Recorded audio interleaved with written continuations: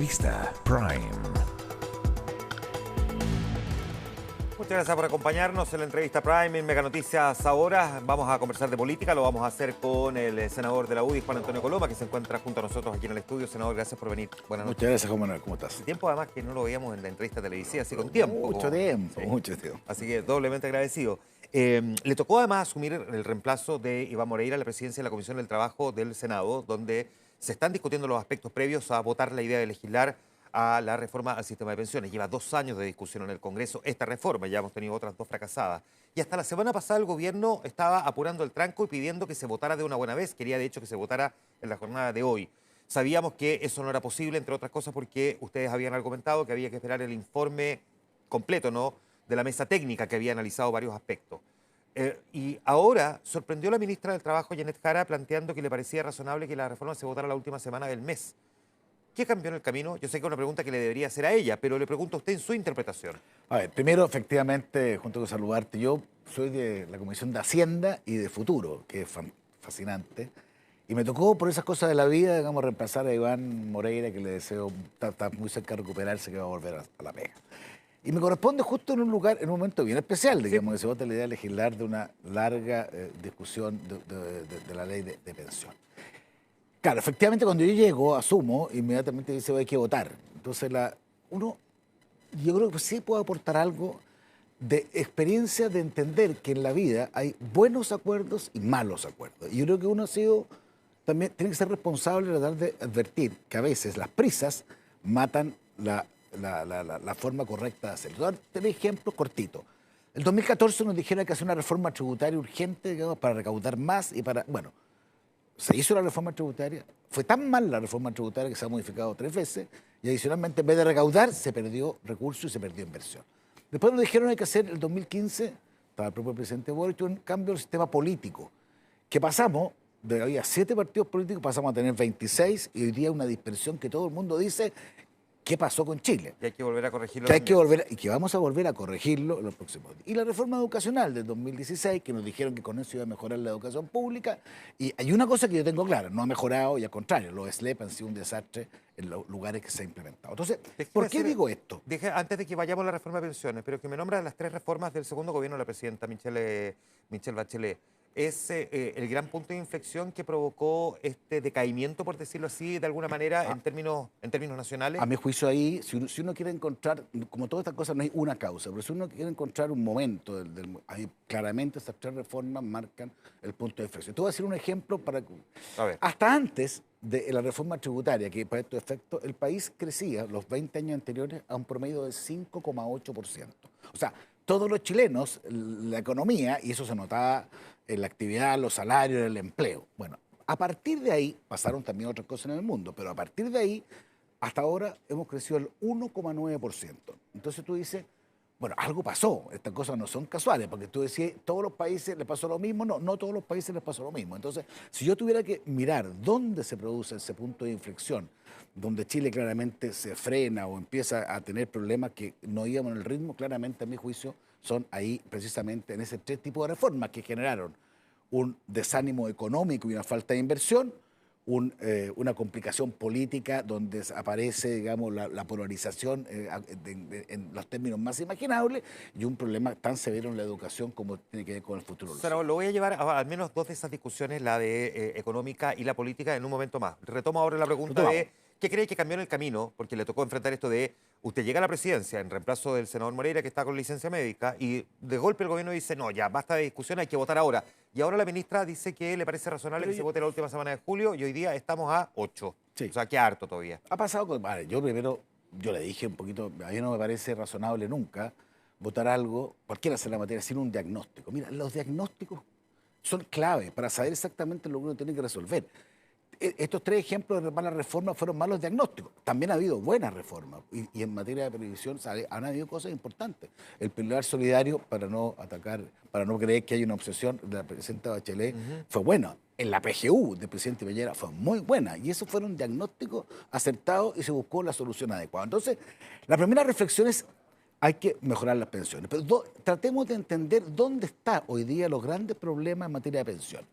Y eso no estaba en el proyecto que nos estaban sometiendo a votación. Sometiendo a votación un proyecto que venía a la Cámara de Diputados que la discusión particular había quedado desnuda, o sea, no había casi artículo respecto al cual votar. Y uno tiene que votar sobre una idea, no puede votar sobre una abstracción. Yo no puedo votar, decir, quiero mejorar algo, no, tengo que decir cómo lo voy a mejorar. Y ese diagnóstico creo que ha ayudado a darle un poco de pausa a este tema. Y viene llegando el informe, yo no lo leí en detalle todavía, llegó hoy día, hace poco rato atrás, pero lo alcancé a ver, me parece que ha acertado, un diagnóstico. Primero, ¿dónde está el principal problema de las pensiones? Básicamente en la falta de cotización, particularmente la de gente que hoy día está cotizando y que va a tener muy malas pensiones cuando se jubile.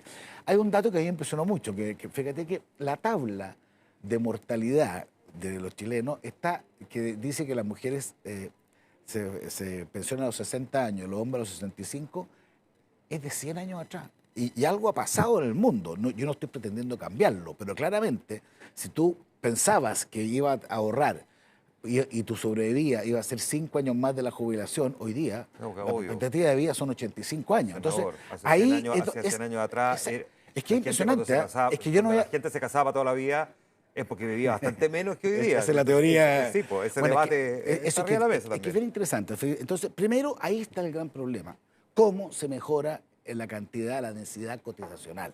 Y hoy, claramente, el 10% de cotización que aparecía razonable hace 30 y tantos años atrás, hoy día es completamente irrazonable, no razonable, y por tanto hay que subirlo. La primera recomendación es subir los 6 puntos. ¿Para qué? Con esa capacidad de ahorro, una jubilación, la cantidad sea mucho Ahora, mayor. en Dame 2 segundos. Sí, El a segundo ver. punto vinculado es también entender que hay brechas que hay que corregir. Y yo quiero ser súper claro en decirlo. Básicamente hoy día se produce respecto a los actuales jubilados y los futuros jubilados un problema grave con las mujeres, particularmente en sectores medios, que cotizaron menos que los hombres, básicamente porque está envuelta la maternidad, está envuelto el cuidado y porque además jubilan antes y tienen más expectativa de vida. Una mujer vive más que un hombre en promedio.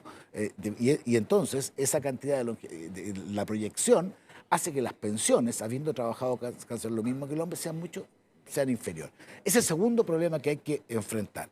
Y el tercero es si somos capaces de ir mejorando progresivamente la PGU para ir, ojalá, llegando a la línea de la pobreza y ojalá mejorarla. Ese diagnóstico no estaba la semana pasada, hoy día está. Ahora, y por eso que es bueno darse un tiempo, hay que ver contra ese diagnóstico cuáles son las soluciones. No es lo mismo cuando esos son los diagnósticos, qué vamos a hacer con la eventual cotización del 6%, qué vamos a hacer con el seguro, y esa es parte de la discusión que yo espero tengamos la seriedad, la serenidad para darle un sentido de respuesta buena. Y quiero saber, y aquí termino, yo quiero que si esto resulta, y espero que sea un buen acuerdo, no esos acuerdos que uno dice, mira, no tenía otra, quiero que sea bueno, y eso es lo que estamos tratando de generar el escenario. Si es posible, ojalá.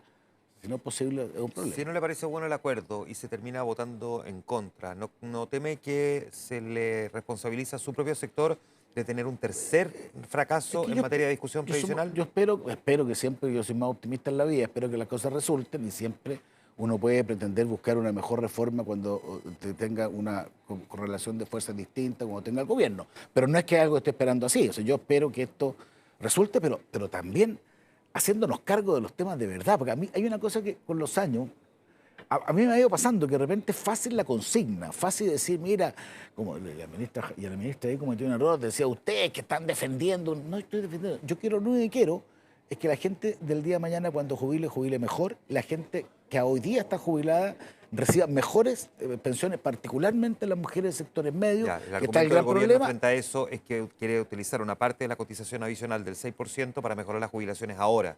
Si no, dice que hay que esperar demasiado para esas. Sí, Para esas. pero Entonces, veamos la forma que es. Yo sí creo en la capitalización, porque si el primer diagnóstico es que necesitamos mejorar el número de cotizaciones, hay fórmulas, como por ejemplo puede ser eventualmente un préstamo que tenga con devolución y con intereses. Tampoco porque es plata tuya, plata de la que periodista que uno está que todavía allá. no se jubila le preste lo que está ahorrando No, a quienes se van a tiene que ir a jubilar. capitalización individual un grueso, pero tú podrías eventualmente, pero siempre que el Estado después te lo devuelva, porque al final, ¿qué es lo que debería hacer uno?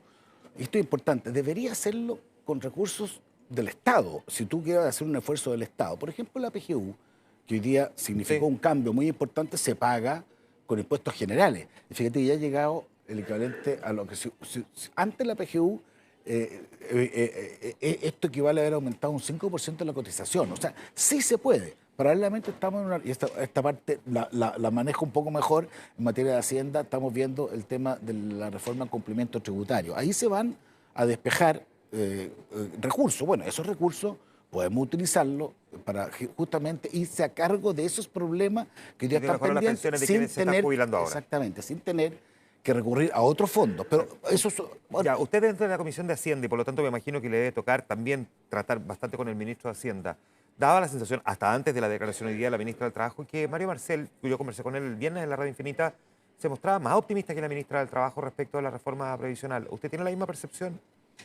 No sé si optimismo o pesimismo. Yo creo que no vi la entrevista, así que no. Pero yo creo que uno tiene que siempre aspirar a resolver los problemas. Yo siento que uno es elegido justamente para resolver el problema, no para plantear los problemas, pero también la exigencia es resolver bien los problemas. Y un punto. Fíjate que una de las cosas interesantes que tuvo el proceso constituyente, que fue largo, complicado, enredado, es que yo creo que hubo una madurez política grande de todos nosotros. Temas que nunca se habían discutido, se discutieron. Y yo me acuerdo haber tenido una entrevista todos los días en la mañana, uno hablaba del sentido de nacionalidad, el sentido de valores y el sentido del derecho de propiedad y de los recursos. La segunda razón que yo vi por la cual más gente había votado rechazo es porque los temas previsionales, las platas previsionales con mi plata eran de uno, no eran de otros. Entonces, uno tiene que también hacerse cargo de la madurez que hemos llegado como país. Entonces, no es cosa de decir, mira, esto que es tuyo, se lo voy a dar a otro. No, y ahí es donde ese cambio yo creo que hay que traducirlo. Yo espero que esto salga bien, pero sí voy a tener la misma fuerza si uno no lo ve, para decir, no es el camino, ojalá que sea el camino, pero ojalá en base a estos principios que se han planteado. ¿Usted cree que una parte de la cotización adicional, alguna parte al menos va a ir a solidaridad? La palabra solidaridad tiene claro, es muy amplia. O sea, yo siento ser solidario, digamos, y eso no significa, digamos, que lo voy a decir, mira, entonces la plata de Juan Manuel va a ir a la plata del camarógrafo de allá. Eso no. Entonces, ser solidario de distintas formas. Cuando nosotros pagamos impuestos somos solidarios al final, digamos, respecto de quienes lo perciben. Entonces, digamos que los impuestos se llaman impuestos porque se los imponen a uno. No son voluntarios, digamos, efectivamente. Entonces yo lo que digo es que la solidaridad se da cada vez que uno está pagando impuestos y la solidaridad se da hoy día se da en muchos aspectos. Lo que yo sí me importa es entender que si el principal problema de Chile hoy día en materia de pensiones es la falta de cotización, la primera prioridad que debería haber es que las cotizaciones que se van agregando, que son cargo del empleador, dicho sea de paso, no son cargo del trabajador, pero entran al patrimonio, se concentren primero en eso.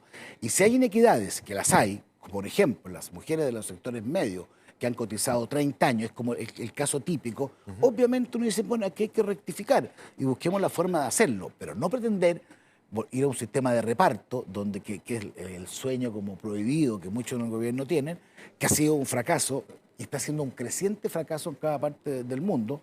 Primero porque está mal diseñado, pero segundo, un problema práctico. Hoy día la tasa de longevidad es cada vez mayor y la tasa de natalidad es cada vez menor. Exacto. Entonces, fíjate que antes, yo estuve viendo el tema, de cada 5 trabajadores activos había un pasivo. Hoy día es un poquito más de 2, o va a ser dentro de un poco más de tiempo de 2. Entonces, ese no resulta. La única forma es fortalecer esa capacidad de ahorro y para eso sí es importante subir la cotización, incluso a costo de los emprendedores, de los empresarios, que son los que van a tener que poner la diferencia. Se lo pregunto para terminar este tema y irnos a otro, a la discusión política.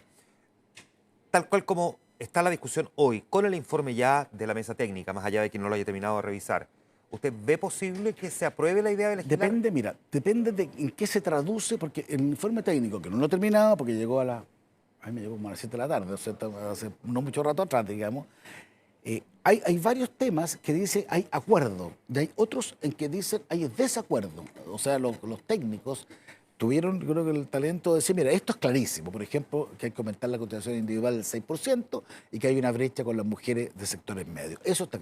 Pero hay otros temas que dicen hay distintas posiciones. Entonces, a tu pregunta concreta, depende cómo se frasee por parte del gobierno que tiene la iniciativa exclusiva esas dudas o esos planteamientos, porque una cosa es tener un diagnóstico y yo lo que sí necesito para votar es ver en qué se traduce, cuál es la norma, porque uno puede decir un diagnóstico No, ¿en qué se traduce el diagnóstico? Yo siento que la gente que de alguna manera está viendo la televisión quiere que el proyecto sea bueno, Claro. no que se diga, oye, fantástico, de repente uno dice, oye, me subió nada, o mi mamá, que trabajó, típico caso, fue profesora del Estado y que ganaba 1.200.000 pesos y hoy día tiene una pensión de 350.000 pesos. Eso es lo que tú dices, se puede corregir porque hay una inequidad que es clara. ¿Te fijas? En otros casos, harto más complejo, y hay que ver de dónde salen los recursos, que al final es lo importante. Hablemos de la otra discusión que se generó en el Congreso en estos días y que ha tenido al oficialismo como protagonista, que fue el rechazo a la multa establecida para quienes no voten en un sistema de votación que sabemos es obligatorio.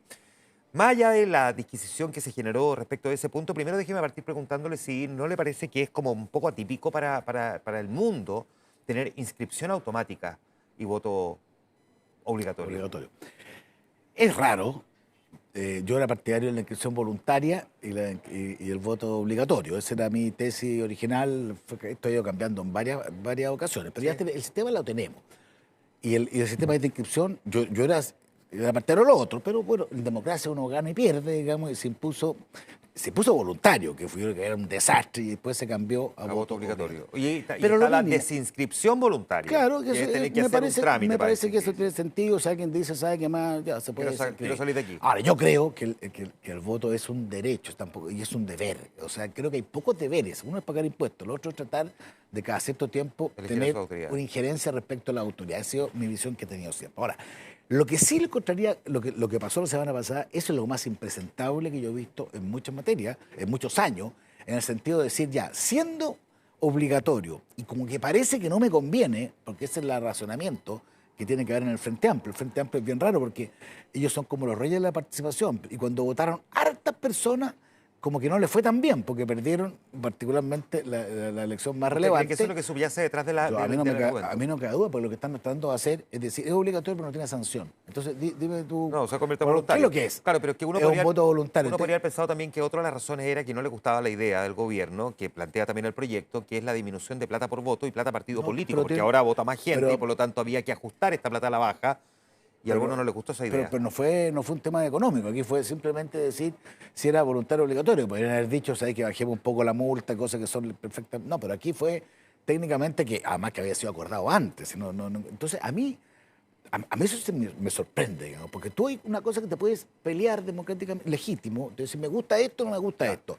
Pero resuelto algo, que el voto es obligatorio, lo único que no puede hacer es decir, ¿sabes? No tiene sanción. Al revés también. Si hubiera sido voluntario y tú dices, ¿sabes? Pero el que no vota tiene una sanción de 100.000 pesos, Lo yo convierte te en diría, obligatorio. lo convierte en obligatorio. Entonces, lo que uno puede es alterar el sentido real de las cosas. Ahí encontré una señal súper grave. Espero que esto se resuelva en las próximas horas, que efectivamente sea obligatorio, porque ese fue el acuerdo que tomamos. Y creo que le hace bien, mira, y creo que le hace bien al país. Esto es importante, siempre hay que pensar en el país grande. Uno le hace bien que haya más gente que participe, más gente que esté llamado a tomar decisiones, porque eso es lo que hace que la democracia sea fructífera. Lo otro pasa a ser un tema de nicho, y eso es muy complejo. ¿Ve usted factible a propósito de la reforma al sistema político que me decía que vamos a hacerla, como si en estricto rigor la vamos a conseguir, pero la verdad siento que es un poco aspiracional el plantearlo cuando todavía ni siquiera tenemos claro qué tipo de reforma habría que hacerle al sistema político? A propósito de estas discusiones donde la atomización del Congreso hace muy, muy difícil poder llegar a acuerdos, ¿usted cree que es posible cuando los propios incumbentes son los que tienen que resolver sobre sí mismos? Yo creo que es indispensable. Mira, hay cosas que uno puede decir, me gustaría, pero hoy día gobernar es muy complejo, legislar es muy complejo, representar es muy complejo. Te voy a pedir una pequeña explicación. Con el sistema actual, yo he sido candidato y siempre me he sometido a las urnas, digamos. Las elecciones en el sistema anterior, que pueden mejorarse, ¿ah? No es el único, el sistema binominal, pero era algo que te generaba incentivos para representar grandes grupos. Yo tenía que tratar, todos saben mi pensamiento político, pero yo tenía que entender que había gente que no pensaba exactamente como yo, pero que tenía que sentirse representado. Yo no aspiraba, por tanto, a los grandes encuentros, ¿se acuerdan? Era valorado. Yo necesitaba sacar 30% de los votos, 40% de los votos. Y eso te hace tener una visión de la vida mucho más comprensiva del bien común. La última campaña ya había cambiado, yo partí igual, y de repente me di cuenta que no que como que había como un desapego. Entonces la gente me dijo, no, es que ya eso, no, ahora tú tienes que representar a un grupo Y la clave es diferenciarse del otro, no te puede... Entonces, Claro. pero ¿cómo hacer puro nicho? Nicho contra nicho. Entonces, si hay un candidato de derecha, hay un candidato de extrema derecha, un candidato de izquierda, un candidato de extrema izquierda. Y lo peor, que los acuerdos, los entendimientos, hoy día en general son mal vistos. Una cosa que a mí me sorprende de la vida moderna en política es eso, que no son mal vistos. Y quizás tiene que ver, y aquí te voy a agregar algo que de la Comisión del Futuro que creo que ha sido interesante verlo, porque además en el mundo hoy día estamos en un ecosistema de Internet que es como una tormenta perfecta, donde tienes dos grandes elementos, la inmediatez y la emocionalidad. Y esos dos temas te fuerzan a que todo sea emoción y todo sea rápido. No existe concepto de los procesos y por tanto no se entiende que para resolver los temas hay que accionar con sentido de resolver el tema. Claro. Y eso es algo muy difícil de poder manejar. Vi el otro día una encuesta, yo lo he dicho en otras partes, que a mí me dejó como marcando ocupado, digamos. Una pregunta, era una sola pregunta. ¿Cuánto tiempo es el largo plazo? No era política, no era económica. Piensa usted en su casa, ¿cuánto tiempo es que usted le dicen, oiga, esto se va a resolver a largo plazo? ¿Qué es lo que dice la gente? Yo hubiera dicho 10 años. Tú, 5, hubiera 5 dicho. años. Claro, un tema. Bueno, Yo pensé en mi cabeza 5 En mi años. ca- 5 O sea, años. pensé 5 o 30, dependiendo claro, exactamente. hay que hacer los Yo estoy de signos. acuerdo con. Bueno, el resultado que yo hubiera en 90 días. Porque es tan. Es que tiene un sentido. Es tan inmediato todo hoy día. Yo veo a mis hijos, y cuando tú estás en tele y tenías una pregunta, no piensas, buscas en ChatGPT o buscas en Google o buscas en el teléfono la respuesta. No hay casi racionalidad. Una de las cosas que más me impactó en Francia, a propósito de las elecciones, una de las medidas que querían distintos candidatos era que no hubiera celulares en los colegios y liceos. Pero la razón era muy interesante. Era para que se volviera a pensar, porque hoy día todo es inmediato, todo es respuesta, entonces no hay proceso. Por eso te digo yo que es tan importante tener esta visión un poquito más de largo plazo, de entender que esto no es en los países, no son conjuntos de personas que pelean siempre. Ya, Los senador. países tienen que tener espacios de entendimiento para las cosas grandes. Es por lo menos la visión que tengo yo. En esa mirada de largo plazo y de evitar esto de estarse anichando, sino que tratar de buscar y generar acuerdos, déjeme preguntarle por una entrevista que dio Pablo Longueira el fin de semana y donde decía que peor que este gobierno puede ser uno de derecha sin saber qué tiene que hacer. En el fondo, pongámonos de acuerdo y qué le ofrecemos como alternativa. ¿Usted siente que la derecha hoy día está discutiendo eso? Porque pareciera que está más preocupado de conseguir ganar que de cómo ganar. Sí. Vemos al mismo candidato José Antonio Kast más bien cuestionando el gobierno que planteando ideas propias. A ver, yo creo que fue muy bien buena entrevista, digamos, pero Sí, tiene... muy buena entrevista. Sí, y el eje, a mi juicio, dice, mira, no basta ganar, hay que gobernar. Y creo que ese es el desafío de la modernidad. Antes, si uno ganaba, tenía claro, esto es mucho más complejo. Ahora, yo creo que nuestro sector sí tiene que darles el grado de emoción, que no tiene que ver con inmediatez, de decir que las cosas son posibles hacerlas de otra manera.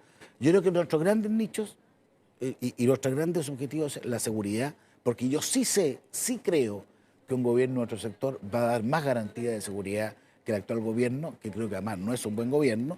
Y segundo, entender... ¿Por qué puede dar más garantía? Se lo pregunto porque usted mismo formó parte de los acuerdos para sacar adelante un montón de legislaciones en materia. Traté de impulsar, y lo hicimos primero en la agenda como presidente del Senado, pero, que después fue respaldada por la Cámara y fue respaldada por el gobierno. Ya perdí la cuenta, pero hay más de 50 proyectos aprobados en materia de seguridad.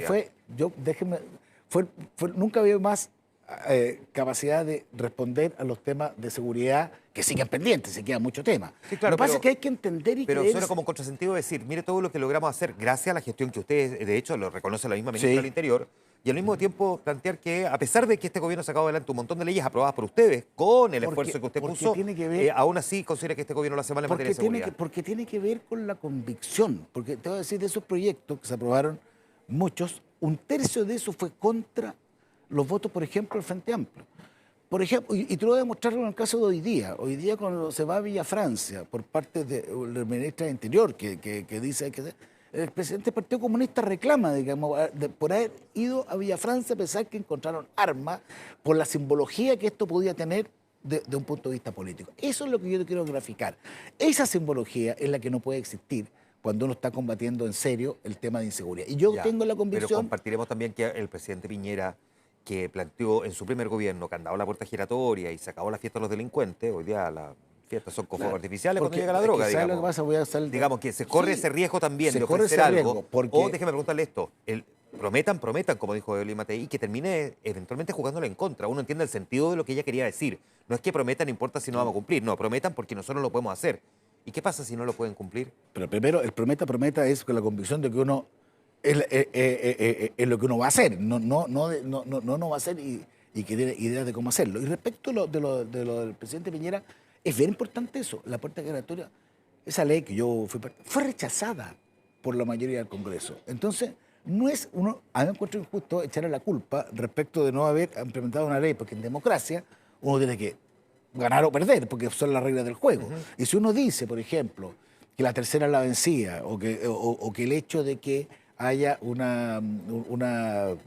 haya cometido un delito tenga menos derecho para las libertades provisionales que el que no lo haya hecho, y digan que no, que fregado, digamos, poder plantear su punto de vista. Entonces, yo creo que por eso es que es importante gobernar y por eso que ojalá tener un parlamento favorable. Ahora, pero creo que también las cosas... Si hay coincidencia en sectores de la derecha respecto de que la seguridad es el tema número uno, ¿por qué entonces cuesta definir eso que plantea Pablo Longueira, de saber qué es lo que se tiene que hacer? Pero no es lo único, porque una cosa es la seguridad, pero yo creo que nosotros estamos en las mejores condiciones para iniciar una agenda de segundo tiempo en Chile, en materia económica. Yo creo que el otro gran problema hoy día es la economía, que donde yo siento, más allá que el presidente dice que hay brotes verdes, alguien dijo, ¿cuándo vamos a cosechar, digamos, como país? Porque es importante el punto, digamos, no se trata del brote verde.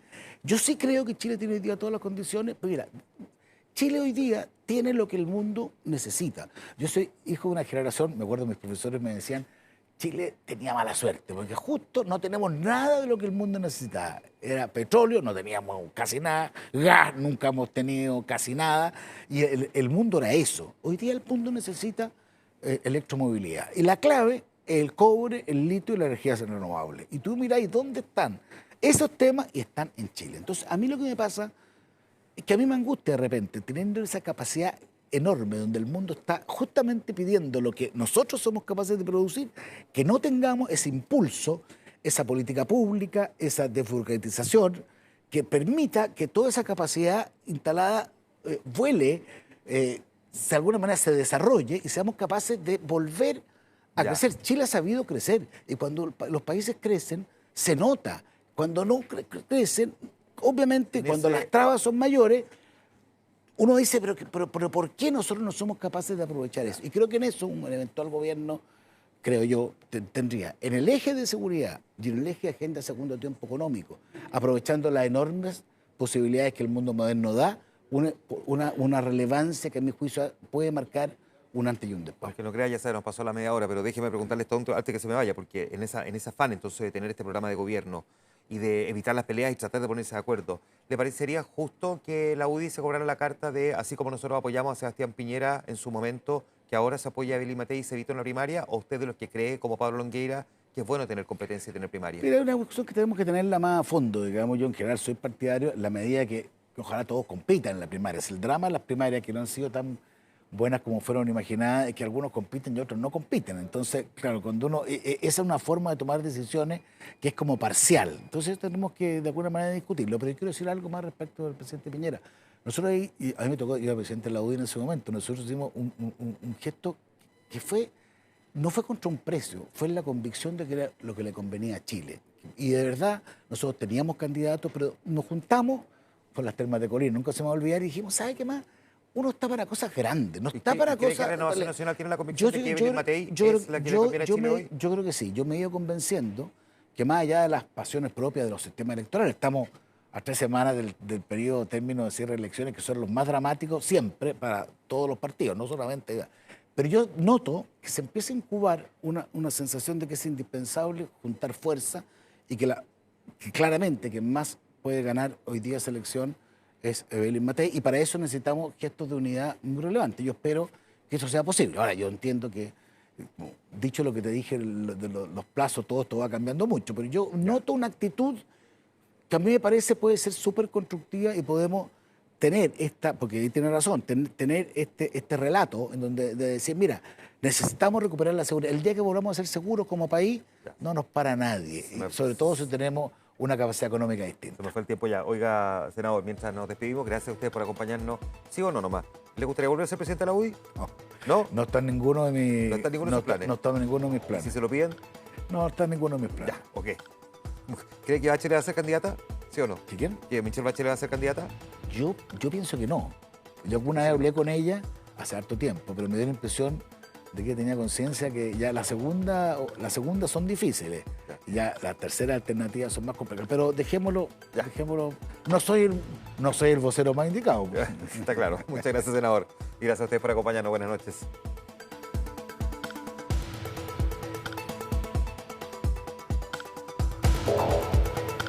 La entrevista Prime.